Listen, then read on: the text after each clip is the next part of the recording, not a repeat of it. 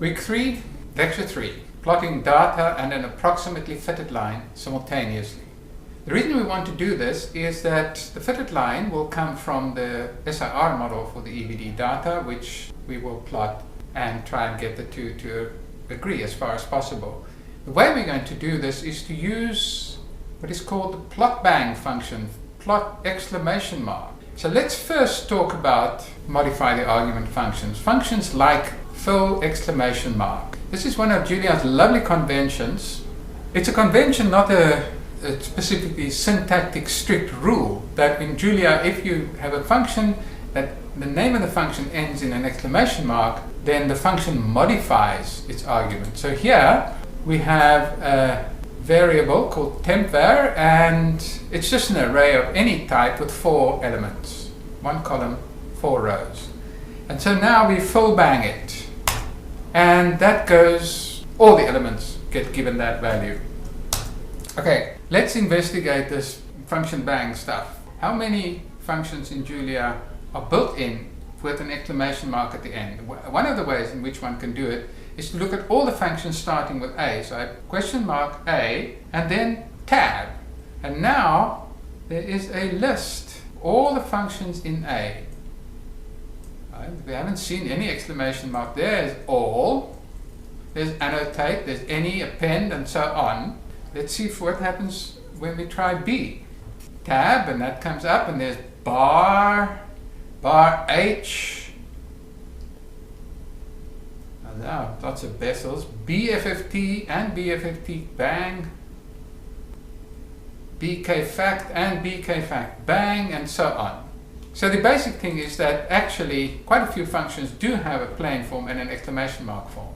They do things like add and remove values very often, or they do things like modify in place. When you factorize, you write the result on top of what you factorized before. The advantage is usually in speed and efficiency, and so it's not something that we will consider much in a course at this level, introductory course, but actually you're very useful when we talk about plot and plot bang. So plots is the package that allows us to use all of the Julia plotting packages, although this course we only consider the backend PyPlot. So the designer of plots made the interesting choice to have only one active plot. So you can't have lots of plots going on at the same time. You basically make one plot, you make it do what you want it to do, and then you save it, and then you go on to the next plot. So if you call plot a second time, it wipes out the old plot and it draws a completely new one. But it also doesn't allow you to have different vectors for the x values. So we were able to draw several curves earlier in this course because all of those series had exactly the same x values and they plotted exactly the same length. Right, so plot bang modifies what already exists. So if there's a plot, plot bang will modify it. So let's look at an example for doing that. So here's cos x. Approximately cos x is a sum of even powers of x. That's well known. So let us create a function, and then here is a function.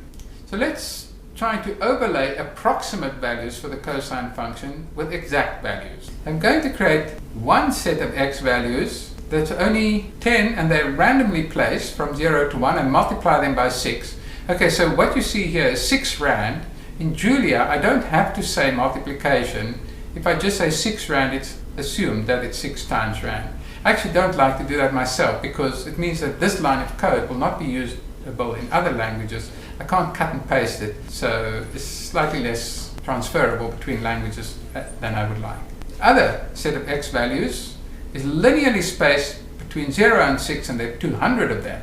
So for this I use the function linspace. Then of the 10 randomly placed ones, I'll take the approximate values and the smooth values will be this one. So what I'm going to do is to plot these approximate values versus these exact values. So there are ways of using a vector, but I'm going to say x is an input vector, and I'm going to one by one for every value in x calculate this. So I'm going to loop over all the values in x, and this is just for AA in x.